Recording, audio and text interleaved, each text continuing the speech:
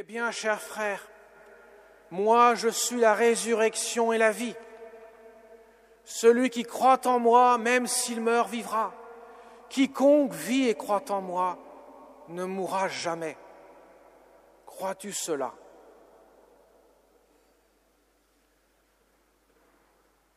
Mes chers amis, la question est posée aussi à chacun d'entre nous. Crois-tu cela ? Voyez les faits, Lazare est malade. Et Marthe et Marie, ces deux sœurs, font dire à Jésus, « Ton ami est malade. » Autrement dit, dépêche-toi, ramène-toi en vitesse avant qu'il trépasse. Mais Jésus prend son temps. Cette maladie ne conduit pas à la mort, elle est pour la gloire de Dieu. Il prend son temps. Et il sait bien que Lazare va mourir. On ne l'informe pas, il le sait déjà. Et voilà qu'il arrive. Mais ça fait déjà 4 jours qu'il est mort. Il n'y a pas de doute, il est mort. Et bien sûr, Marthe et Marie lui font un reproche. « Seigneur, si tu avais été là, mon frère ne serait pas mort. » Autrement dit, pourquoi tu n'es pas venu aussitôt ? Qu'est-ce que tu fais ? Mais Marthe a la délicieuse réponse en plus à ajouter dans sa question, qui est aussi en même temps une affirmation. « Mais je sais encore que tout ce que Dieu t'accordera, tu pourras le faire. » Et c'est l'occasion pour Jésus d'annoncer un grand mystère.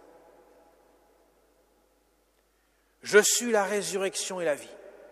Non seulement il donne la vie, mais il est la résurrection tant que telle est la vie.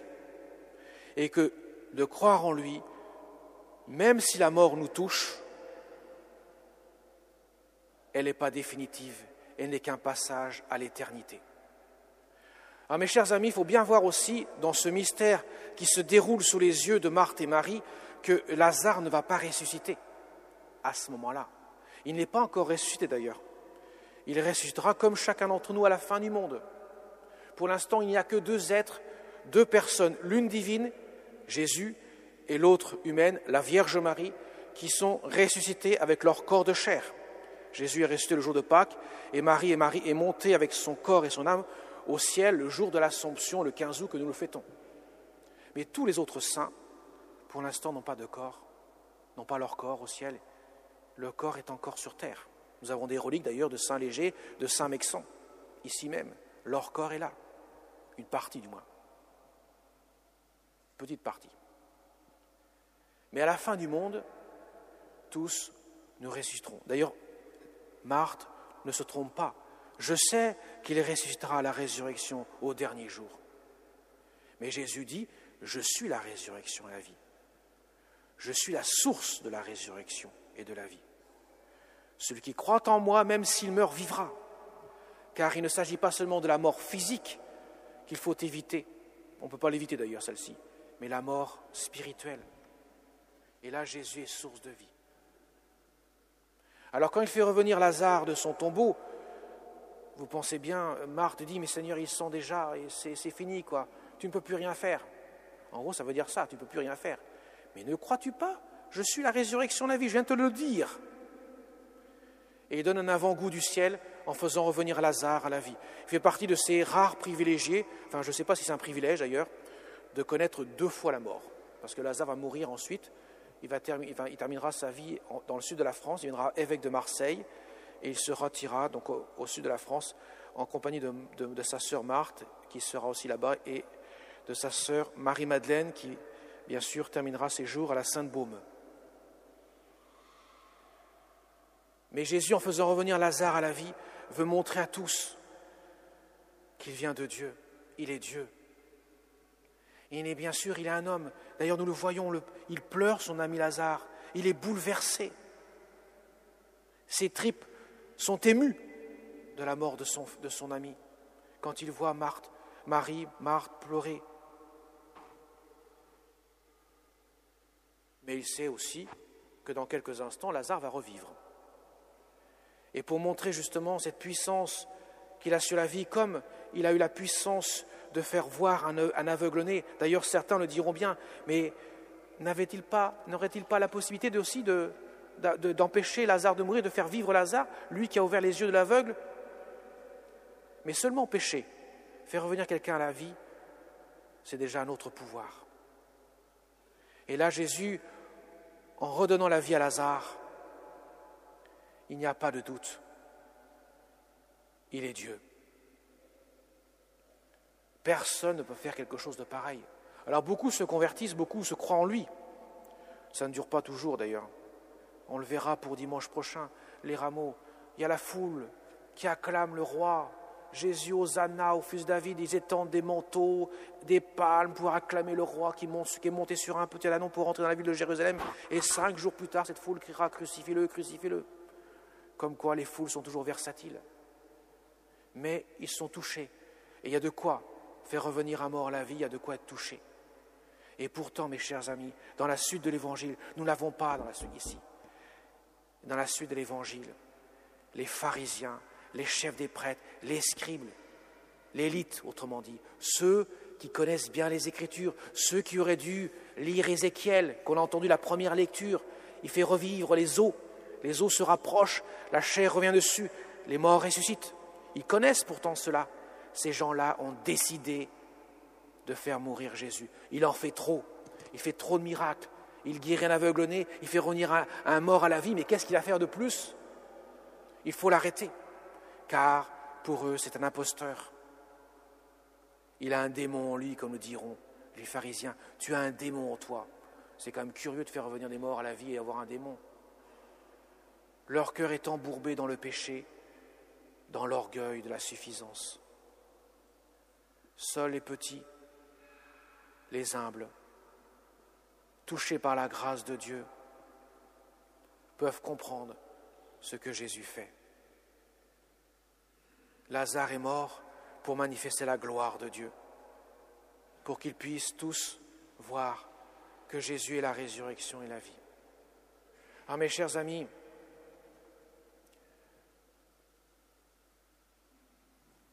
dans quelques jours, nous allons fêter le mystère de la passion du Christ et sa résurrection.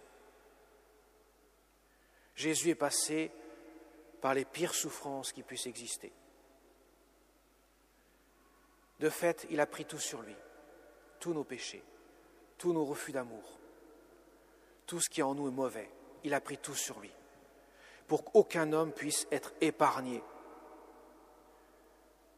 Aucun homme mis de côté. Personne ne pourra dire à Jésus, tu ne m'as pas compris, j'ai souffert ceci, j'ai souffert cela, tu ne me connais pas, tu n'as pas su ce que c'était ma souffrance. Il dira, mon ami, j'étais là. Quand tu as souffert, j'ai porté ta croix, je l'ai portée. Mais toi, est-ce que tu as ouvert ton cœur? Est-ce que tu as ouvert ton cœur pour que je puisse donner ma miséricorde, mon amour?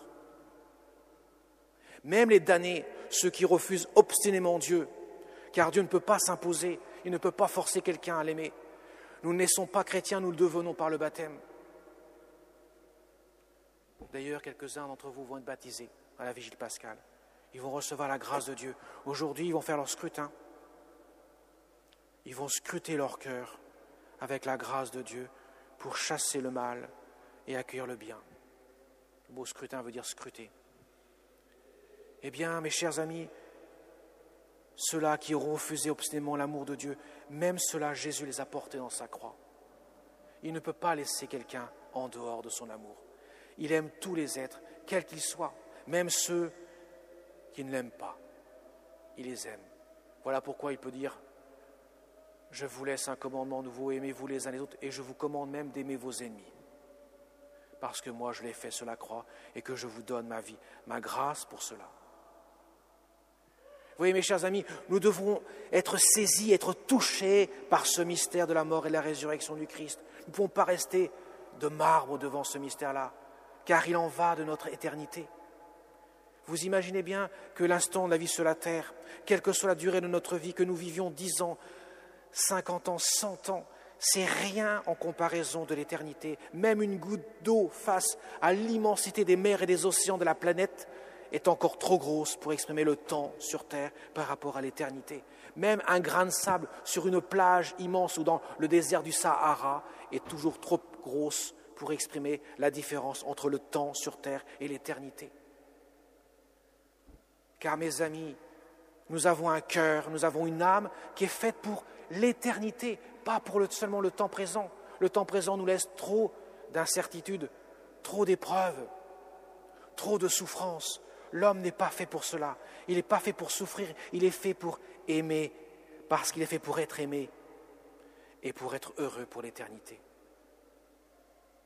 Mais cela passe effectivement par le mystère de la croix, par la mort, conséquence du péché. Parce que la croix révèle à nos cœurs la condition que nous sommes de l'humilité. Celui qui s'abaisse comme Jésus s'est abaissé dans son humanité et dans sa croix pour nous revêtir de sa divinité. En nous faisant humbles devant lui, et le mystère en quelque sorte de la mort et de l'abaissement devant lui révèle pleinement ce que nous sommes, une créature en quête de Dieu.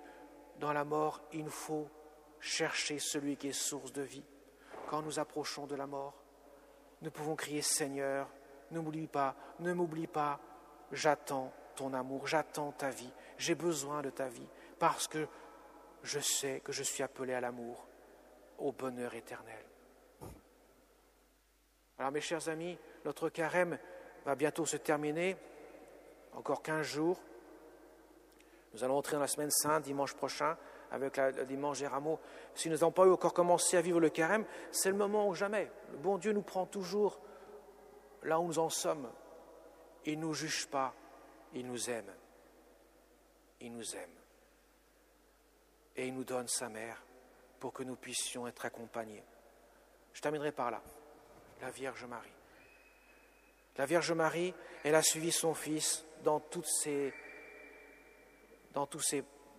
chemin, pourrait-on dire, depuis sa naissance, bien sûr, jusqu'à la croix, elle était là. Elle a vécu tous ces mystères. Dans son cœur, elle méditait, elle contemplait. Elle a vécu la souffrance de son Fils, elle était là au pied de la croix. Dans une souffrance indicible, une mère qui voit son Fils, qui est Dieu, qu'elle le sait, et qui prend tout sur lui, dans une humanité tellement déchirée, labourée par la souffrance. Elle est là, au pied de la croix, et s'entend dire par son Fils, « Femme, voici ton Fils. Tu vois, je veux que tu sois la mère de tous.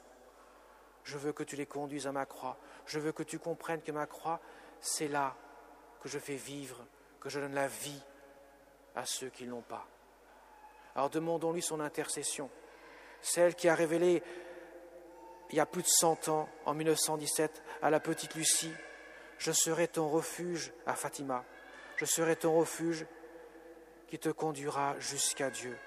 Mon cœur immaculé sera ton refuge et ton soutien qui te conduira jusqu'à Dieu. » Alors mes chers amis, priez la Vierge Marie. Si nous avons du mal à vivre avec le carême, à vivre l'exigence de l'Évangile, même si nous sommes loin du bon Dieu, loin de l'Église, peu importe, même si nous sentons loin de tout cela, nous pouvons prier la Vierge Marie. Et elle, notre Mère, elle nous ramènera là où nous sommes appelés.